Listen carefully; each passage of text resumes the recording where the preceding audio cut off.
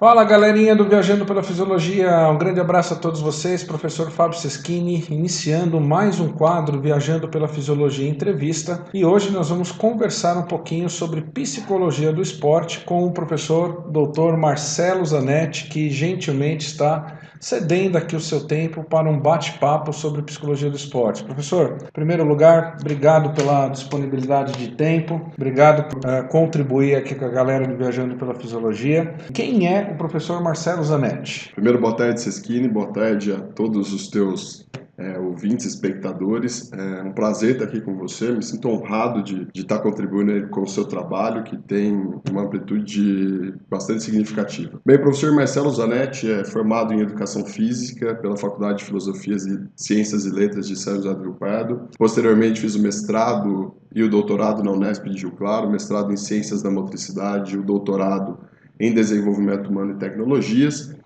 Uma parte desse doutorado eu acabei fazendo no Canadá, sob a supervisão do professor Marcos Balbinotti, e tive o prazer de recentemente estar aqui dentro de um programa de pós-graduação, do mestrado e doutorado da Universidade de São Judas. E também, na verdade, eu sou professor do curso de graduação desde 2010, dos cursos da área da saúde da Unip de São José do Rio Pardo, que é a minha cidade natal. Legal, o professor Marcelo Zanetti ele tem uma ampla experiência nessa área da psicologia esportiva e hoje vai compartilhar um pouquinho desse conhecimento com todos nós. Professor, para nós iniciarmos o nosso bate-papo, tem uma pergunta muito interessante. Como que a psicologia do esporte poderia ser aplicada na perspectiva do treinamento esportivo? Seschini, essa é uma pergunta bastante interessante. Na verdade, é um tema que a gente vem desenvolvendo aqui dentro das nossas pesquisas na Universidade de São Judas, e a gente acabou de publicar um capítulo de livro que descreve um pouquinho dessa questão.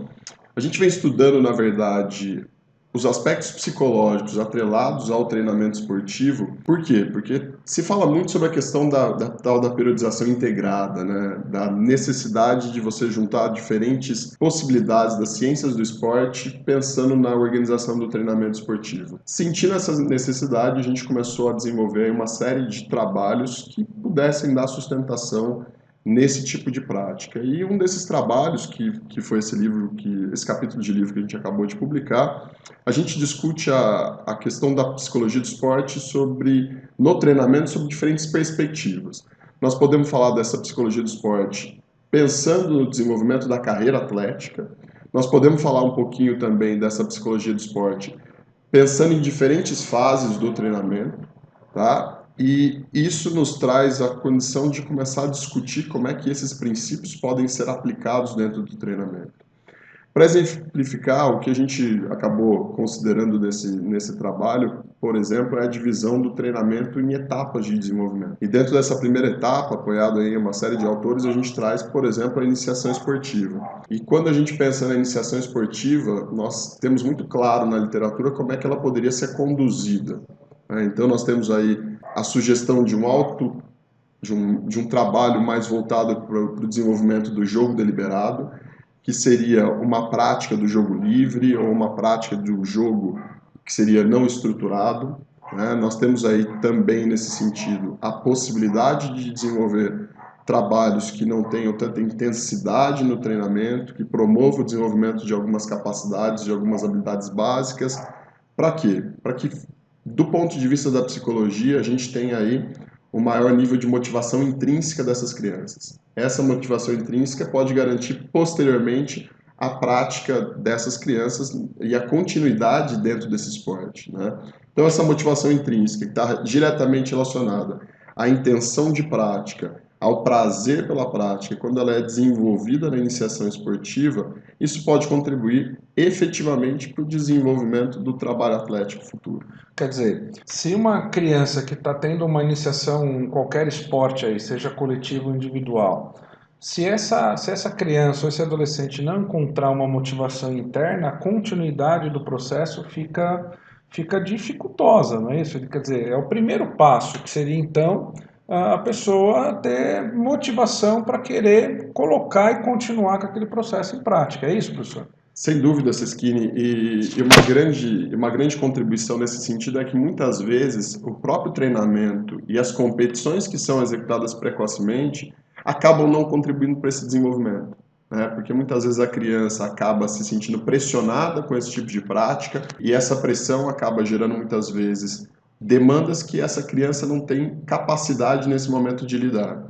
Então, quando a gente pensa no desenvolvimento dessa etapa do treinamento da iniciação esportiva, que é tão importante para o desenvolvimento da carreira atlética, fazer com que as atividades promovam um maior nível de motivação e, consequentemente, o prazer deve ser o grande objetivo dessa prática. Deixa eu aproveitar e fazer uma pergunta interessante, professor. Se a gente pegar o Brasil, com a extensão territorial que tem o Brasil, que é, talvez em termos de área, está perdendo aí para a Rússia, para a China, mas é um dos países com maior extensão territorial. Existe algum programa que envolva essa questão da parte psicológica com a parte de treinamento desde a iniciação e que faça lá a transferência para o indivíduo até a categoria adulta? Tem alguma coisa nesse sentido no Brasil ou não? Na verdade, Siskini, existem algumas entidades, como o próprio Comitê Olímpico Brasileiro, alguns trabalhos que são feitos pontualmente no país, com estudos de professores de renome nacional que têm tentado fazer esse tipo de prática. Mas muitas vezes esse tipo de programa acaba atendendo a um público bastante reduzido, a um público específico, né? Quando a gente pensa em política nacional de desenvolvimento, a gente não tem nada nesse momento de maneira mais consistente sendo executada, apesar de alguns trabalhos que vêm sendo desenvolvidos até na perspectiva do COB e intenção do Ministério do Esporte. Recentemente nós passamos eu e a professora Regina, passamos por um curso de formação na Espanha, de um projeto chamado Empowering Coaching, que foi um projeto desenvolvido junto à comunidade europeia e que trabalhou com uma série de países, né, foi fomentado com cerca de 5 milhões de euros, e que trabalha sobre uma perspectiva da promoção de um esporte mais saudável, principalmente promovendo maiores níveis de motivação. E esse é um projeto que a gente está numa fase de desenvolvimento e possivelmente em breve a gente faça, né, com que esse projeto entre no país. Nós estamos com os últimos trâmites junto à Universidade de Birmingham para promover esse trabalho também no Brasil e a gente espera que isso possa vir a ser, dependendo do trabalho, uma política até nacional de desenvolvimento desse atleta. E no Brasil, né, a gente fala assim, às vezes as pessoas perguntam assim, por que o Brasil não é uma potência olímpica como, por exemplo, a China, como, por exemplo, os Estados Unidos? É claro que, quando a gente fala em potência olímpica, existem vários fatores que contribuem para isso. Na sua opinião, uma falta de um programa mais amplo, de políticas públicas nesse sentido, isso tem dificultado a peneira, encontrar novos atletas e levar esses atletas até o ápice, que seria, por exemplo, as medalhas olímpicas. O que o professor pode dizer sobre isso? Siskini, mais uma vez a pergunta é bastante relevante e importante dentro de uma análise mais crítica. O que a gente deve pensar nessa perspectiva? Primeiro, quando a gente fala muitas vezes no desenvolvimento do talento atlético, no desenvolvimento da excelência esportiva, a gente não tem que entender que isso deva ser feito de maneira isolada, cuidado por apenas federações ou por clubes. Na verdade, precisa de um entendimento desse cenário, dirigentes capacitados para que se pense efetivamente nesse desenvolvimento, para que você tenha aí, né, um modelo de gestão esportivo atrelado a esse desenvolvimento. De maneira mais prática, quando a gente pensa, por exemplo, na própria formatação das competições que a gente tem no país, nós temos competições começando cada vez mais precoces, ou seja, nós temos aí dentinho de leite, né, chupetinha, as crianças competindo cada vez mais precocemente. E muitas vezes a gente também tem um abandono cada vez mais precoce dessa prática. Mas por quê? Porque muitas vezes acredita-se de uma maneira até meio de senso comum de que fomentar esse tipo de prática precoce é mais adequado para o desenvolvimento da excelência e do talento esportivo no futuro. E as pesquisas têm mostrado que não é isso que tem acontecido no mundo. Então nós temos aí alguns países que têm uma preocupação muito maior com essa política de desenvolvimento a longo prazo e que é aquilo que a gente não encontra no país. Então, um clube ou uma federação que, na verdade, coloca como uma regra você competir cada vez mais cedo, né, submeter essas crianças a altos níveis de estresse. O estresse ele não é ruim dentro do contexto do esporte, mas nós devemos pensar em fases adequadas para que realmente a criança seja submetida a esse, né, a esse estresse que pode ser progressivo. Então, quando a gente pensa nessa política, seria interessante, adequado e salutar com que houvesse um planejamento do desenvolvimento dessa carreira esportiva, pensando não só na formação e do trabalho desenvolvido pelo professor de educação física, mas pelas federações, pelo próprio Comitê Olímpico Brasileiro e também pelo Ministério do Esporte como uma política nacional de desenvolvimento. E isso é bacana, né, gente? Porque assim, o atleta, embora ele tenha aspectos genéticos, vamos dizer assim, um pouco mais favorecidos para a atividade de alto rendimento em relação à população normal, mas só a genética em si não garante que ele consiga ter ou manter um evento de alto rendimento ao ponto de ser campeão olímpico. Existem várias outras variáveis ao redor desse atleta que permita a ele chegar, vamos dizer assim, ao sucesso. E uma delas é a preparação de forma adequada de acordo com faixas etárias específicas. E aí, professor, falando em faixas etárias específicas, e quando chega no momento da adolescência? Porque nós falamos de criança, mas essa criança vai crescer, vai entrar no modelo, vai entrar na adolescência e depois vai entrar nas categorias adultas. Na adolescência, como que a adolescência é um período da vida onde tem grandes transformações sociais, biológicas e até psicológicas. Como que a psicologia do esporte pode ajudar os atletas na época da adolescência? Siskini, na verdade, nesse período a gente pode pensar em algumas propostas, em algumas perspectivas.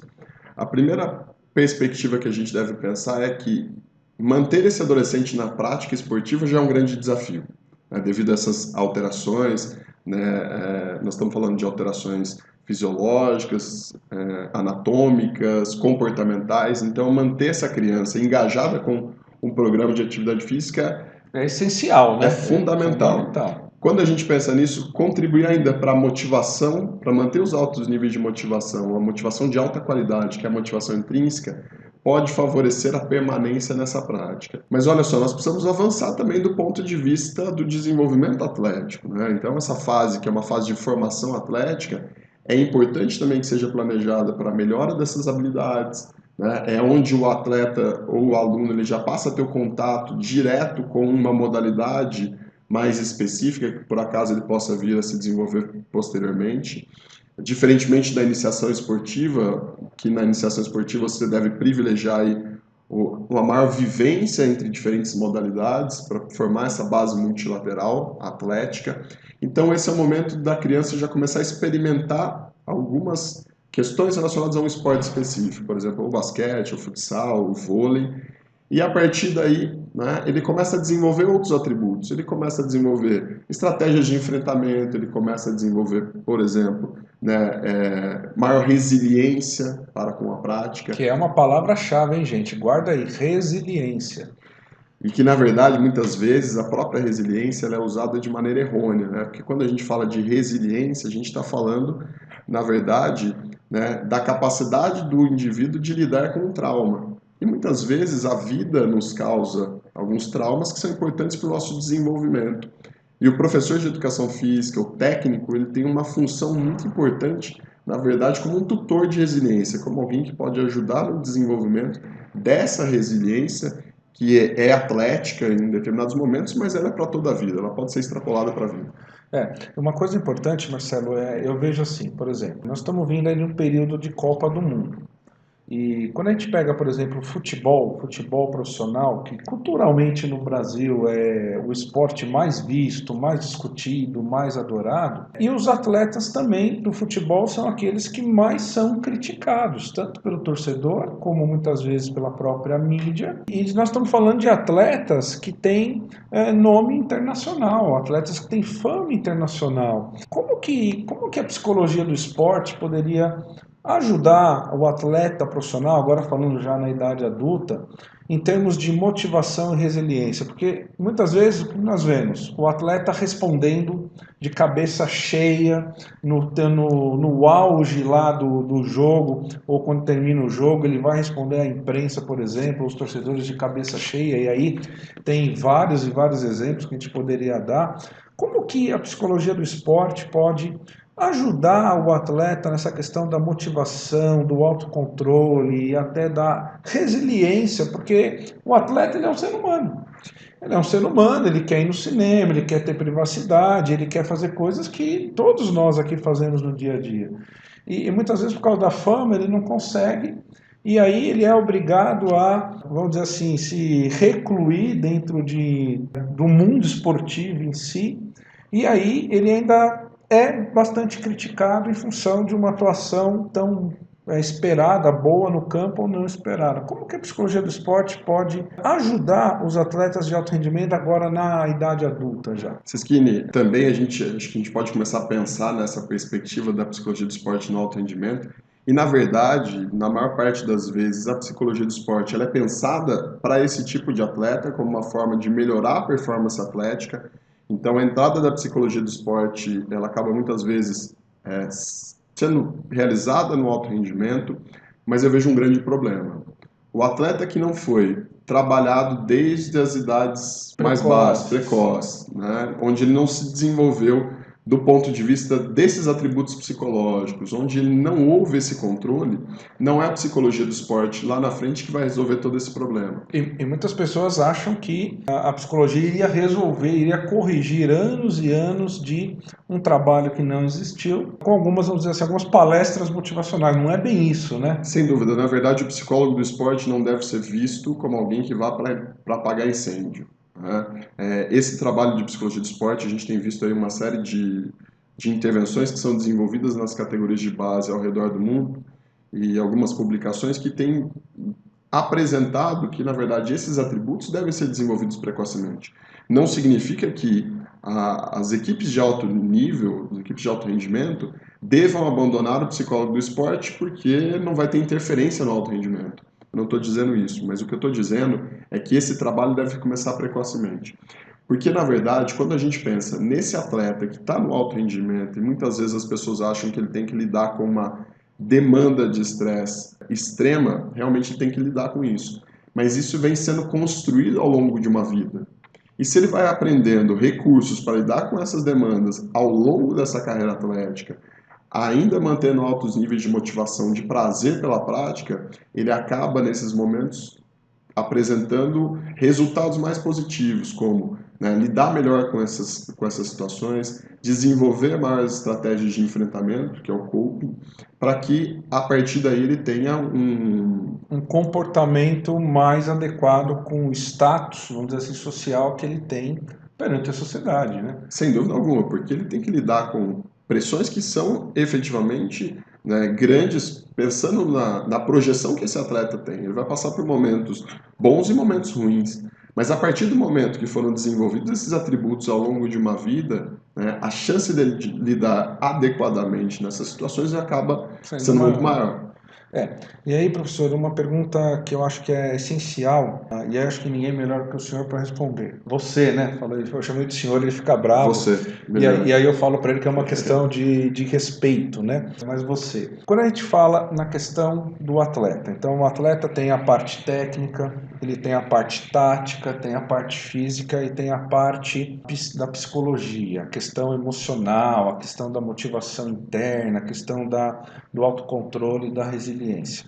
Um atleta de alto rendimento, que do ponto de vista de treinamento físico, ele está muito bem treinado, se ele não tiver uma parte psicológica bem trabalhada, isso pode efetivamente interferir nos resultados dele a curto e médio prazo? Siskini, sem dúvida, quando a gente pensa na preparação do atleta, a gente não pode deixar de lado nem a preparação física, nem a técnica, nem a tática e a psicológica. Quando o atleta está bem fisicamente, mas psicologicamente ele não está bem, com baixos níveis de confiança, por exemplo, com baixo nível de motivação, o desempenho pode ser ruim.